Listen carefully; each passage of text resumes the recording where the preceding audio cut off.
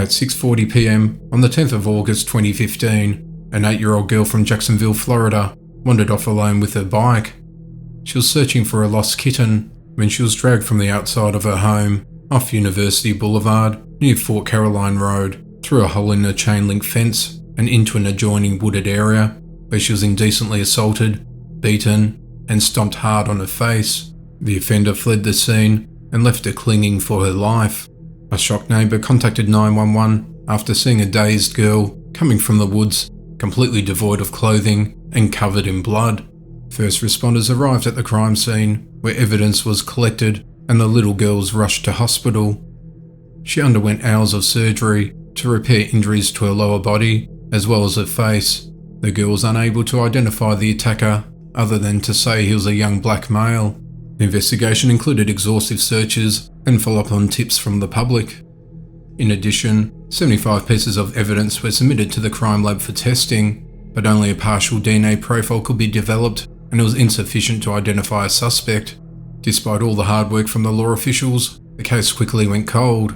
A special assault unit revisited the case in April of 2020, and the evidence was re-evaluated with DNA comparison. The DNA was matched to that of 20-year-old Henry Williams, which linked him to the crime scene. An arrest warrant was issued for him. However, he was already in custody for another offence. He recently pleaded guilty to carjacking in 2017, where he shot a man which ended his life in Clay County and was sentenced to 4 years in prison in October of 2020. His DNA was then entered into the CODIS database. Since Henry was only 14 years old at the time of the assault, he didn't have a DNA profile in the CODIS database back then. His DNA went into CODIS after he pleaded guilty in the Clay County case. As soon as the DNA was put into the system associated with the other crime, the investigators were able to find a match, and on the 6th of January 2021, they announced they solved the case. Henry was familiar with the little girl, but the authorities didn't elaborate to what extent, and he lived near her at the time of the offence. Retired Detective Larry Baker, who was the lead investigator in the case, was emotional about the arrest, saying the case was the only one I lost sleep over. "No case has ever impacted me like this one has," Baker said. He said it was especially hard for him to retire without it being solved, and he's sleeping better now. Henry has been shifted to the Duval County Jail, and he'll be tried as an adult and faces charges of indecent assault and battery charges, with the possibility of life in prison. On the 11th of November 2008, Krista Lueth was a 34-year-old woman who rented a house at Eureka Street in Lansing, Michigan. She was top of her class, and she was studying horticulture at the Michigan State University. She returned home from her university by bus and started preparing food on the stove. She was worried about paying her bills because she'd just broken up about a week prior with her live-in boyfriend Brad Kanaya, whom she'd only known for a few months. He had moved out, so her rental costs would increase, and she was looking for ways to repay her debts. She sublet an apartment on the floor below to a 40-year-old friend Rick Stilgenborough. She visited Rick at 5:30 p.m, explained that she would need to raise his rent from $200 to $250, sell a truck she never drove, as well as looking to start a part-time waitressing job at a bar to make ends meet. When she spoke to Rick, she seemed happy and in good spirits during the conversation. Krista had been getting ready to go to a greenhouse at Hunter Park at 6:30 p.m, which was only half a mile from her home, to talk about rain gardens to her fellow university students. After she left Rick's apartment, he didn't hear any noises from upstairs, nor did she make it to the park, and she was never heard from again. Krista's family tried for 4 days to reach her by phone, but it kept going to voicemail, so her dad went to her apartment. He discovered that her cat was locked inside. An overhead light was left on in the living room, and there was a pan of food that had been covered with a plate that was left on the stove. It appeared as if she had just stepped out for a moment. Krista's dad then reported her missing to the authorities. An extensive investigation into her whereabouts began. On the 19th of November 2008, the authorities entered her apartment, evidence was collected, and people were interviewed, but the case went cold. The same night Krista vanished. Brad's truck broke down along the US 127 south of Lansing, and a sheriff's deputy offered to help, but Brad declined. When police searched that area several months later, they found physical evidence consisting of Krista's driver's license, an MSU debit card, and a broken cell phone she had been using the day she disappeared. Brad is also the last person Krista is known to have called. In 2014, Michigan State Police named her ex-boyfriend, Brad Kanaya, who's now 53 years of age, as the sole suspect. Over the course of the investigation, Brad has been untruthful as to his whereabouts, and his statements have included other inconsistencies. On the 6th of January 2021, it was announced that a warrant for his arrest in connection with taking Krista's life and concealing her remains was issued. Brad, however, was imprisoned in the Michigan Department of Corrections for a slew of other offences, and has a history of prior convictions as well. At 18, Brad was charged with breaking into a Mason woman's apartment and indecently assaulting her while he brandished a knife. In 1986, he was sentenced to 10 to 15 years in prison. Just 2 months after his release, in August of 2000, he assaulted a female relative. He pleaded guilty and was sentenced to 4 to 8 years in prison. He was then paroled in 2007. In late 2014, Brad was sentenced to 6 months probation for violating the state's offender registry. At sentencing, he told a judge he was being unfairly targeted because of his past. In 2017, he was sentenced to 16 to 40 years in prison for soliciting a minor for commercial lewd activity and using a computer to commit a crime. Brad has been charged with taking Krista's life and is yet to enter a plea as the trial continues. In 1990, Katherine Janeiro was a 16-year-old only child who lived with her parents in North York, Toronto, Ontario and Canada. She was top of her class and excelled in track and field, earning her the nickname Sport. She was also a good singer and entered talent shows. Around the end of the year, she moved out of home and lived with a boyfriend in Barrie, Ontario, and a year later, they had a child together and named her Dawn Nelson. Around the beginning of 1994, she separated from her boyfriend, and her parents suggested she come back home to live with them since they had plenty of space. But she declined, as all her friends lived in Barrie, and she found a basement-level apartment at 258 Dunlop Street West in Barrie to rent. Initially, she seemed happy living there, although she didn't have a job. Soon enough though, she began mixing with the wrong crowd and started suffering from depression. During the Thanksgiving weekend that year, Katherine's parents looked after Dawn at their house in North York so Katherine could enjoy herself. In the late hours of the Sunday night on the 9th of October 1994 and early morning hours of the following day, she was seen by several witnesses partying at a couple of bars in downtown Barrie.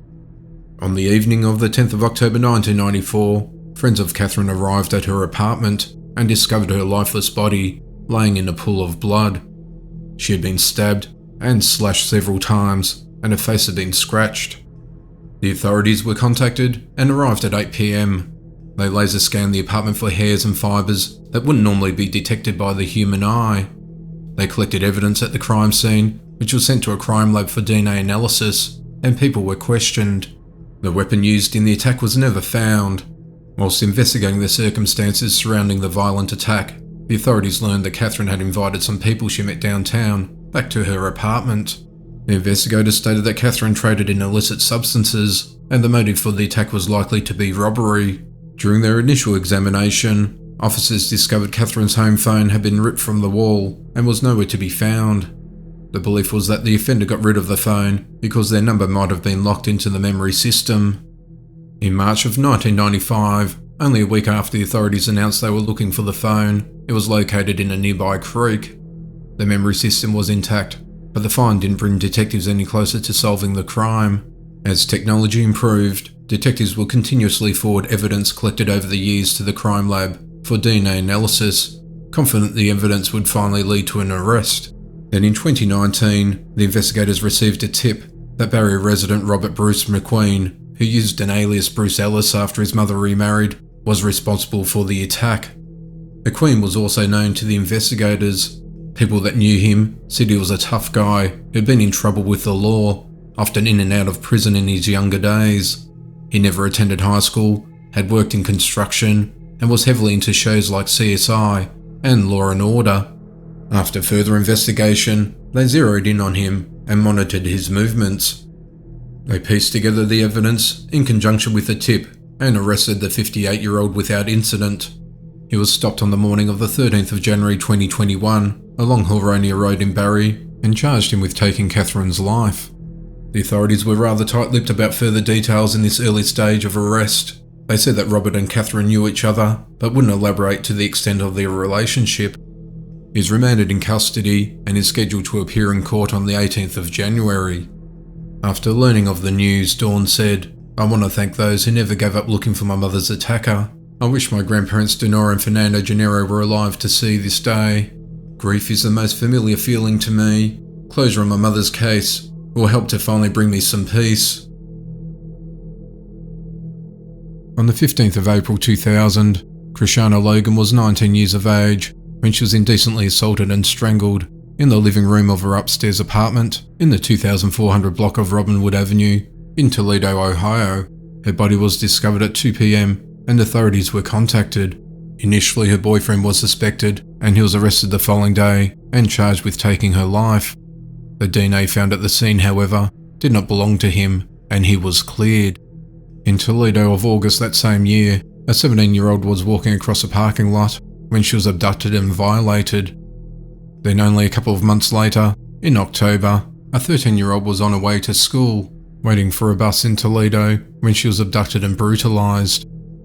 On the 25th of October 2005, all three attacks were linked by DNA analysis, but no suspect was found. This meant that the person responsible for the crimes was not in the CODIS DNA database.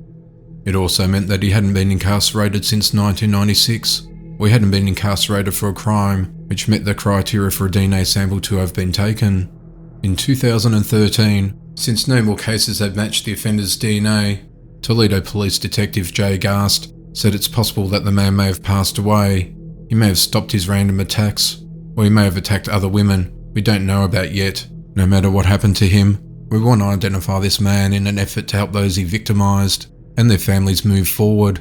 That same year, a composite image was released to the public of what the suspect was believed to look like. The offender was described as a bald black male with a light to medium complexion. At the time, he had a moustache, a large stomach, scars and blotching on his cheeks, and was estimated to be in his 30s to 40s.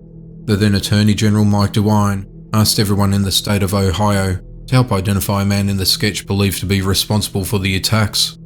He said the person who committed these crimes more than 10 years ago could be anywhere today.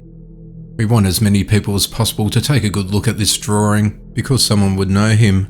In November of 2020, a woman was held captive and assaulted by a man, causing her grievous bodily injuries. That same month, 54-year-old Kenneth Marshall was arrested for this offence at his home at 900 block of State Street, Hammond in Indiana. He was taken to the police station where a buccal swab was taken. He was released with an ankle monitor whilst awaiting his trial for the charges of confinement and abuse. On the 4th of January 2021, the crime lab notified the Toledo police that Marshall's DNA was a match to that recovered from the crime scene of the 3 previous offences after it was entered into the CODIS DNA database. On the morning of the 15th of January 2021, Hammond police arrested Marshall outside of his home without incident. The authorities then interviewed him and is now awaiting extradition to Ohio to face charges for taking Logan's life, abduction, and indecent assault in all cases. On the 21st of April 2007, 51-year-old Joanne Howell lived in an apartment in Poth Road in Hughesdale in the state of Victoria in Australia. She was a talented singer who performed on the popular ABC TV talent show Countdown, which was in the 1970s, but she was now working as a data operator for a security company. She'd been living with a 52-year-old karaoke-loving partner, Paul Charlton. The relationship had become volatile, and Joanne told Paul he had 4 weeks to move out, as she was moving to Perth, and requested him to leave their bedroom immediately. Throughout the day, the pair had been arguing, and Paul left the unit to take the dog for a walk at 9:30 at night. When Paul returned home from the walk, he contacted the emergency line at 11:19 p.m, telling them he had found Joanne, who had been viciously beaten and strangled. Authorities and paramedics arrived, but despite their best efforts to save her, she passed away at the scene. Evidence was collected and people were interviewed. A friend told police he had spoken to Joanne on the phone earlier that night for about 30 minutes from 8 p.m. This led detectives to initially believe that she was attacked somewhere between 8:30 p.m. and 11:19 p.m. During the call, she told a friend that she was scared of Paul and was concerned for her safety. Paul was identified as a key suspect and was arrested shortly thereafter, but was soon released due to insufficient evidence, and the charges were dropped although the authorities believed they had the right man. The matter was reviewed by detectives throughout 2020, and more information about the attack had come to light. On the 29th of December 2020, police detective Tim Day appealed to the public for further information relating to the matter. They released a digital composite image of a person behaving suspiciously around Joanne's home around the time she was attacked, and asked anyone who could identify that person to come forward. Tim said, "History has shown that time and time again, there's always someone out there who knows the real story, and I'm urging that someone to come forward now and speak with us." Police believe that Joanne knew her attacker, nothing was stolen, and the attack was not lewdly motivated. After the announcement, the neighbours came forward and said they heard a loud noise from the property at night between 9 and 9:30. This was important because the probable time of the attack had been narrowed down from more than 2 hours to just 30 minutes between 9 and 9:30 p.m. The time frame cast significant doubt on the previous version of events provided to the investigators. As the case grew increasing attention from the public, the media interviewed Paul. He said he could not prove his innocence to police and had resigned himself to the situation for the rest of his life. The police said that the information he provided over the years had changed, and he was the last known person to have seen Joanne alive. In addition, a coroner's inquest into Joanne's case in 2011 concluded that Paul had likely caused or contributed to her passing. On the morning of the 6th of January 2021, Paul, who's now 66, was arrested at his home in the Victorian town of Casterton and was charged with taking Joanne's life. Later in the afternoon, he attended a preliminary hearing at the Hamilton Magistrates Court. He will remain behind bars while phone transcripts are put together, which will form further evidence against him, and he'll reappear again on the 24th of June 2021. The trial continues, and he's yet to enter a plea.